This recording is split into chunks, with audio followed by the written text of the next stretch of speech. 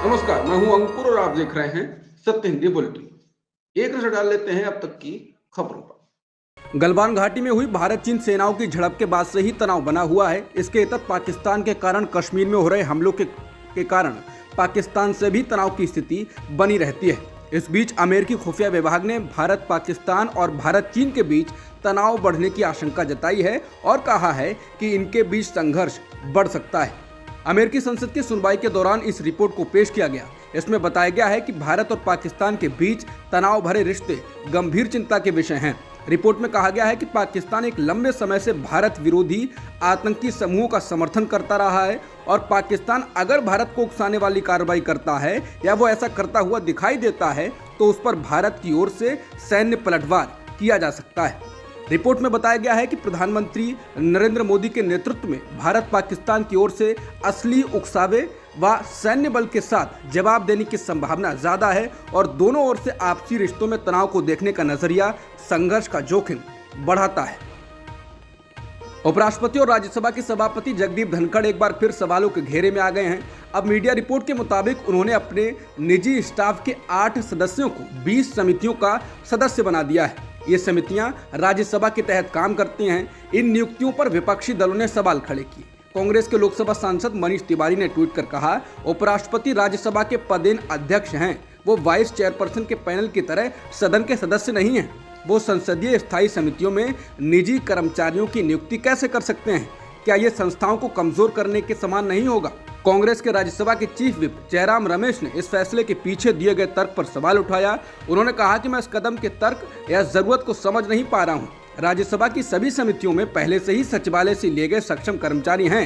ये राज्यसभा की समितियां हैं, ना कि सभापति की। किसी भी तरह का कोई परामर्श नहीं किया गया है। इंडियन एक्सप्रेस की रिपोर्ट के अनुसार राजद के राज्यसभा सांसद मनोज झा ने कहा, इस तरह के कदम के पीछे जो तर्क है वो मूल रूप से स्थायी समितियों के विचार और संरचना के खिलाफ जाता है। सवाल पूछे जा रहे हैं कि जब उपराष्ट्रपति और राज्यसभा के सभापति सदन का सदस्य नहीं होते हैं तो क्या वो अपने निजी स्टाफ को सदन की समितियों में लगा सकते हैं?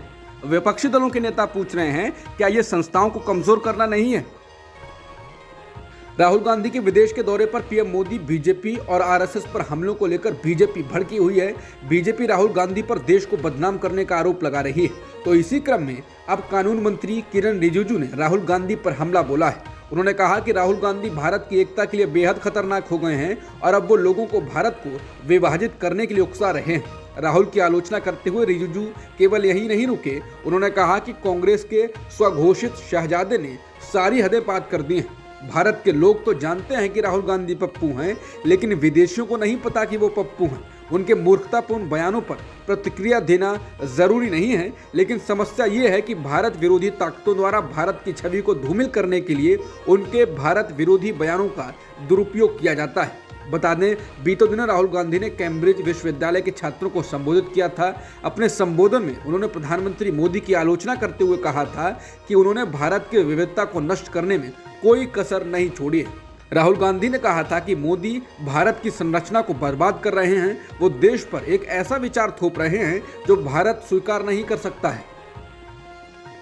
आम आदमी पार्टी के विधायक सौरभ भारद्वाज और आतिशी को आज उपराज्यपाल वीके सक्सेना ने शपथ दिला दी। शपथ ग्रहण के बाद ही दोनों मंत्रियों को विभाग भी दे दिए गए हैं। आतिशी को शिक्षा मंत्रालय दिया गया है, जो इससे पहले मनीष सिसोदिया के पास था। आतिशी को पीडब्ल्यूडी, बिजली और टूरिज्म डिपार्टमेंट भी दिए गए हैं, जबकि सौरभ भारद्वाज को हेल्थ, पानी और उद्योग व शहरी विकास मंत्रालय दिया गया है। बता दें, दिल्ली के उप मुख्यमंत्री मनीष सिसोदिया और मंत्री सत्येंद्र जैन के इस्तीफे के बाद अरविंद केजरीवाल मंत्रिमंडल में 2 पद खाली थे। सिसोदिया और सत्येंद्र जैन भ्रष्टाचार के आरोपों का सामना कर रहे हैं और फिलहाल दिल्ली की तिहाड़ जेल में बंद हैं। ईडी के अधिकारी दिल्ली के पूर्व उप मुख्यमंत्री मनीष सिसोदिया से तिहाड़ जेल में पूछताछ कर रहे हैं। इससे पहले मंगलवार को भी ईडी ने सिसोदिया का बयान दर्ज किया था। जांच एजेंसी ईडी ने मामले में एक नई गिरफ्तारी भी की है। ईडी ने हैदराबाद के व्यवसायी अरुण रामचंद्र पिल्लई को हिरासत में लिया है। ईडी ने गुरुवार को भारतीय राष्ट्रीय समिति एमएलसी और तेलंगाना के मुख्यमंत्री के चंद्रशेखर राव की बेटी के कविता को भी पूछताछ के लिए बुलाया है।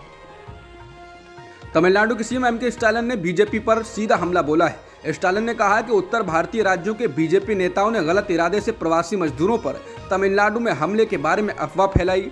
स्टालिन ने गुरुवार को उनगलिल ओरुवन कार्यक्रम के तहत कई सवालों का जवाब देते हुए कहा कि जैसे ही मैंने बीजेपी के खिलाफ राष्ट्रीय स्तर के गठबंधन की जरूरत के बारे में बात की, फौरन तमिलनाडु के बारे में अफवाहें फैलनी शुरू हो गईं। स्टालिन ने कहा कि तमिलनाडु में अलग अलग राज्यों के लोग लंबे समय से रह रहे हैं, वो कभी भी ऐसी घटनाओं से प्रभावित नहीं हुए। पिछले कुछ वर्षों से कई लोग रोजगार की तलाश में तमिलनाडु आ रहे हैं। कुछ लोगों ने फर्जी वीडियो बनाए और झूठी खबरें फैलाई हैं। उत्तर भारतीय राज्यों के बीजेपी नेताओं ने गलत इरादे से ऐसा किया है। अगर आप फेक न्यूज फैलाने वालों के पीछे की साजिश को समझेंगे तो पाएंगे ये अगले ही दिन किया गया था जब मैंने बीजेपी के खिलाफ राष्ट्रीय स्तर के गठबंधन की जरूरत के बारे में बात की थी। तमिलनाडु में एआईएडीएमके और बीजेपी गठबंधन कभी भी टूट सकता है। खबर है कि तूतीकोरिन में बीजेपी कार्यकर्ताओं ने एआईएडीएमके प्रमुख ई पलानीस्वामी की तस्वीरें जलाकर उन पर गठबंधन धर्म तोड़ने का आरोप लगाया है।